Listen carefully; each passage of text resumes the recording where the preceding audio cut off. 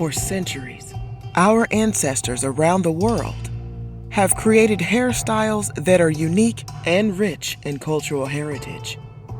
We've mastered the art of hair and created a plethora of natural styles. We rock our crowns in many beautiful ways, from box braids to bantu knots and cornrows. The list is endless.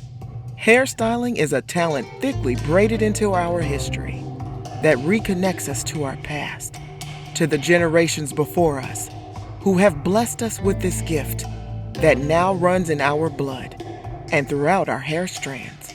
With pride, I unravel the history of these two African hairstyles.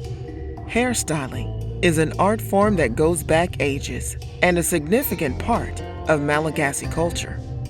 Yes, our first hairstyle comes to you all the way from Madagascar. Betsimisaraka is the second largest ethnic group from the east of Madagascar. This tribe is full of skilled women and men, boys and girls, who have made hair an art. This art is a beautiful tradition, and each hairstyle has a special meaning. Each style reflects the tribe's history and reveals a story of mourning, rest, celebration, happiness. These intricate hairstyles could also reveal a person's social or marital status. The well-off might wear many silver and gold pins tressed in their hair. Married women would wear their hair twisted up, while unmarried women would let their hair fall freely down their backs. You could learn just about anything about a person's identity just by looking at their hair. This Betsimisaraka hairstyle is made up of short braids that start close to the scalp and end in a pom-pom. Accessories such as crocodile teeth could sometimes be seen in this hairstyle. Crocodiles are common throughout Betsimisaraka territory and are both revered and feared by the people. Rihanna proudly sported this traditional Betsimisaraka hairstyle on the cover of British Vogue. She appears poised, exuberating grace with her hair beautifully coiffed into this classic African style. This next style has been part of hair care routines all over sub-Saharan Africa for centuries. We are shining a spotlight on this traditional African technique called hair threading. Although it originates from sub-Saharan African countries, it has evolved further into South Nigeria, where it sometimes goes by los or echo bridge.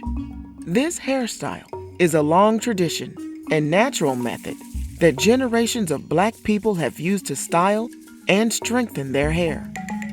There's more to this style than just good looks. A deeper look shows us that it comes with an added benefit. It also promotes hair growth.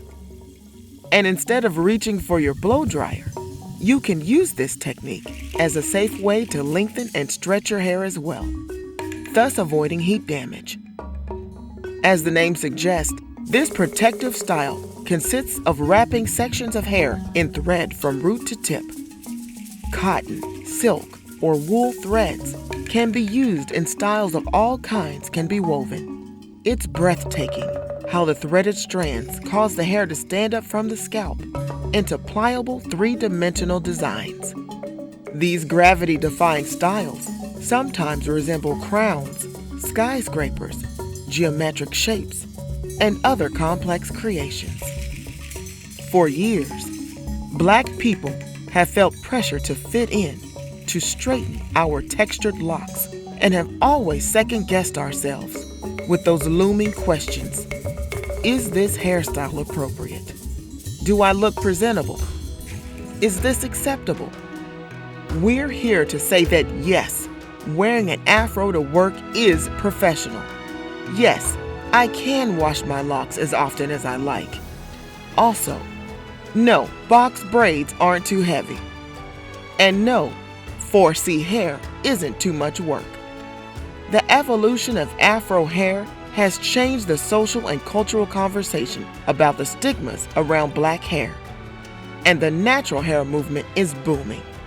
It's redefining what we view as beautiful. We should be proud of our hair and its roots. It's an extension of ourselves, something to embrace, to take care of, and love. Let's reclaim our hair and hairstyles. Rock those natural tresses, for our locks tell an incredible story and come with a long and unique history. And we're celebrating it this month and every month.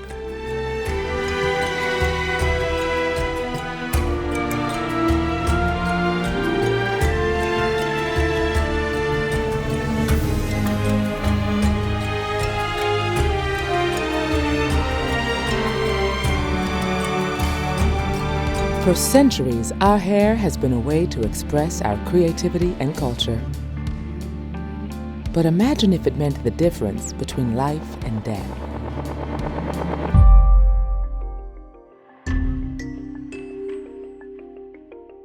Hi, my name's Zainab J. I'm a freelance makeup artist from London and I work in film and television. Today I'm going to be recreating some methods of hairstyling that were essential for the survival of African people. For our people, hair has played an important role in survival.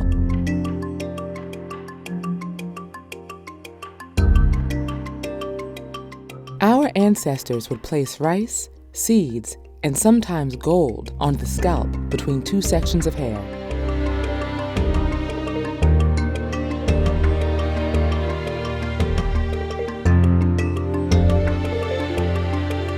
They did this so that if they were captured and forced to voyage across the Atlantic, they'd at least have a small amount of food for sustenance.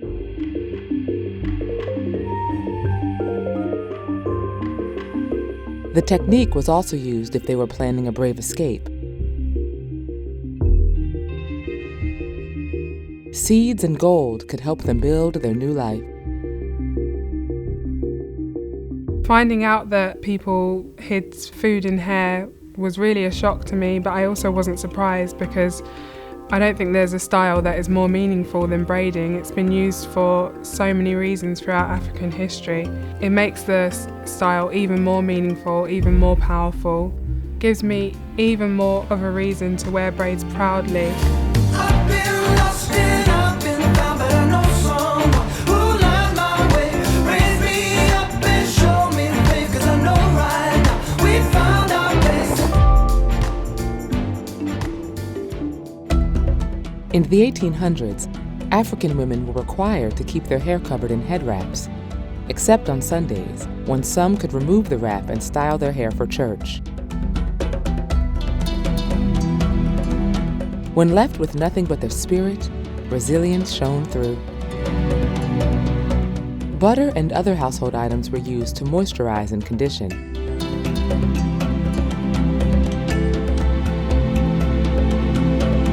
With no combs or brushes available, they'd use wool carding tools to comb through tangles. It wasn't much, but it was one little moment when they could feel human again. They'd even use bacon grease for hair care and protective styling.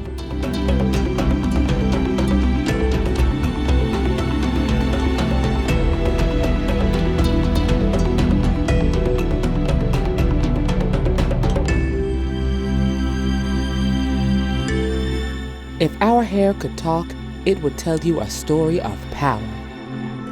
There's no bad texture.